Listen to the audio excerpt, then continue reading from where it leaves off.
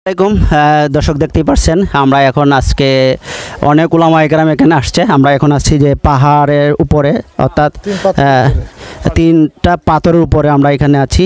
খুবই ভয়ঙ্কর জায়গা। তো আজকে হজরতের কাছ থেকে আমরা আজকে সাক্ষাৎকার নিব, তারা কোথায় থেকে আসছে। তো আসসালামু আলাইকুম, কেমন আছেন? ওয়ালাইকুম সালাম ওয়া রাহমাতুল্লাহ। আমরা নেত্রকোনা বারহাটা থানা থেকে আসছি। বারহাটা থানা থেকে আসছেন, যে মাশাল্লাহ। তা আপনার নাম কি? আমার নাম মাওলানা মনিরুজ্জামান আল মামুন। মাশাল্লাহ। তো ভাইজান, আপনার নাম কি? আমার নাম মাওলানা মুসাল্লাম হুসেন। কোথায় থেকে আসছেন? আমি নেত্রকোনা থেকে আসছি। জি ভাইজান, আপনি কেমন আছেন? আলহামদুলিল্লাহ, আপনি ভালো আছেন? কোথায় থেকে আসছেন? আমরা আসছি বারহাট্টা থানার ফকির বাজার থেকে। ভাইজান, আপনি কেমন আছেন? আলহামদুলিল্লাহ, ভালো আছি। আমি আসছি ফকির বাজার থেকে, নেত্রকোনা বারহাট্টা থানা ফকির বাজার।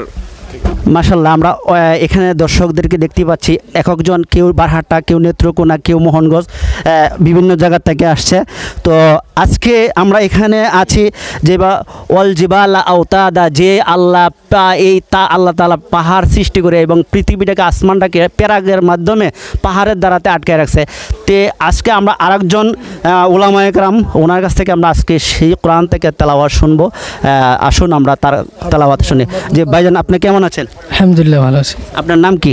হাফিজ মোহাম্মদ মুকাদ্দাস হোসেন। আপনার তেলাওয়াত একটু শুনতে চাই আমরা, তো আপনি তেলাওয়াত শোনাবেন? জি ইনশাল্লাহ। জি আলহামদুলিল্লাহ, অনেক খুশি হইলাম। উনি আমাদেরকে তেলাওয়াত শোনাবে। হ্যাঁ জি। আসসালামু আলাইকুম ওয়া রাহমাতুল্লাহি ওয়া বারাকাতুহু।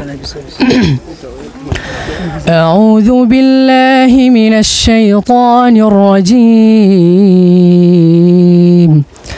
بسم الله الرحمن الرحيم. آمن الرسول بما أنزل إليه من ربه والمؤمنون كل آمن بالله وملائكته وكتبه ورسله لا نفرق بين أحد من رسله صدق الله العظيم. আলহামদুলিল্লাহ, মাশাআল্লাহ, অনেক সুন্দর চমৎকার তেলাওয়াত শুনলাম।